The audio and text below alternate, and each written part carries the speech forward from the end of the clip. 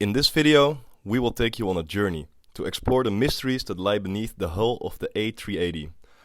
This huge airliner was made possible through a neat little composite material called glaire.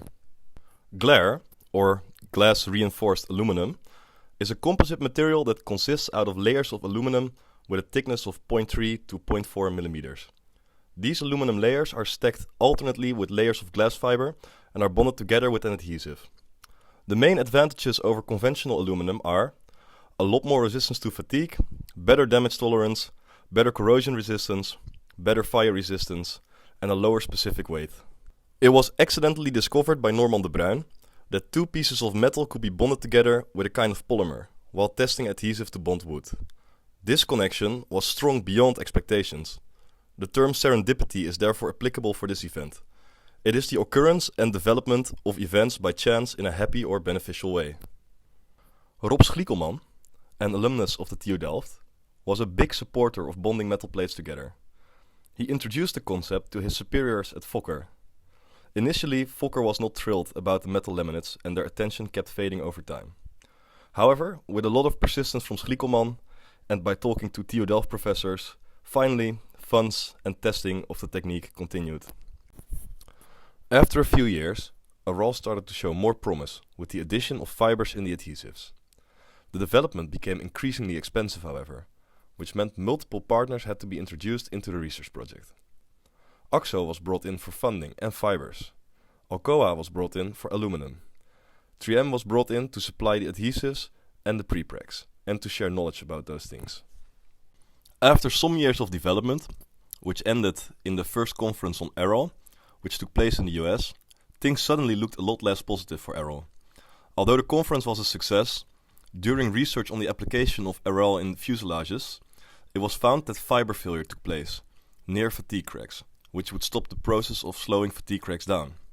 In Delft, they quickly started testing alternatives with glass fiber, and glaire was born. Alcoa set its heart on Arall, and they were not at all convinced about the superiority of the glaire product. Moreover, Alcoa already put a lot of money into Arall, and they did not want to exchange Arall for glaire. This shows signs of the not invented here syndrome. This syndrome refers to the resistance against outside ideas, even if they are superior to the internally developed solution. They had already put a lot of resources into Arall and were unwilling to shift those to glaire.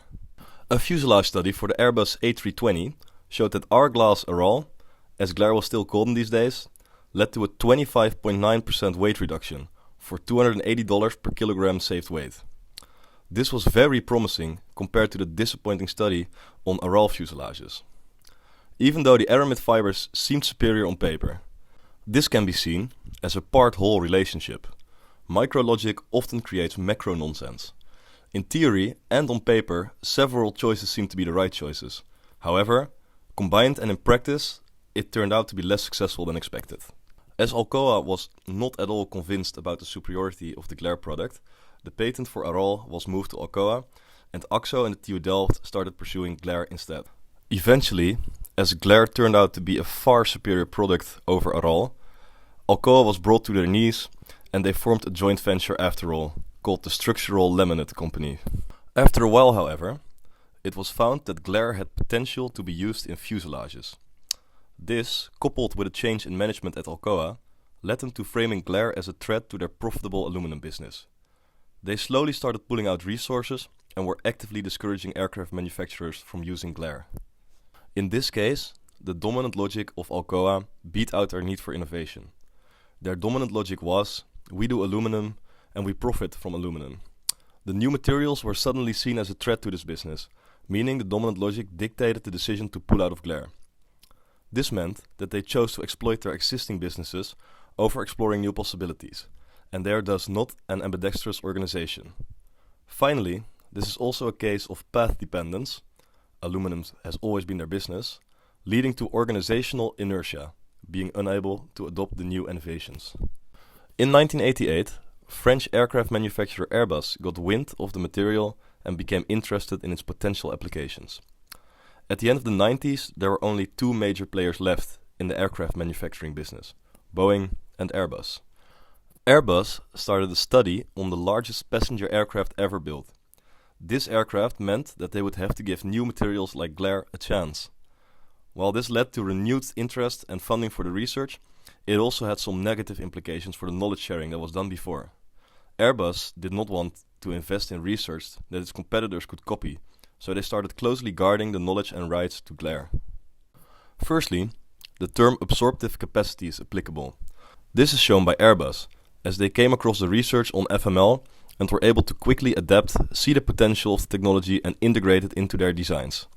Secondly, the term dynamic capability is applicable. Airbus was able to quickly integrate the external competences of the research on glare and was also able to quickly adjust their internal competences to integrate the technology into their A380 design. In 2001, there was a crucial breakthrough. Airbus decided to use glare for the A380 fuselage. In 2013, glare is used as skin material on the Airbus A380 fuselage and as leading edges of the tailplanes on this aircraft.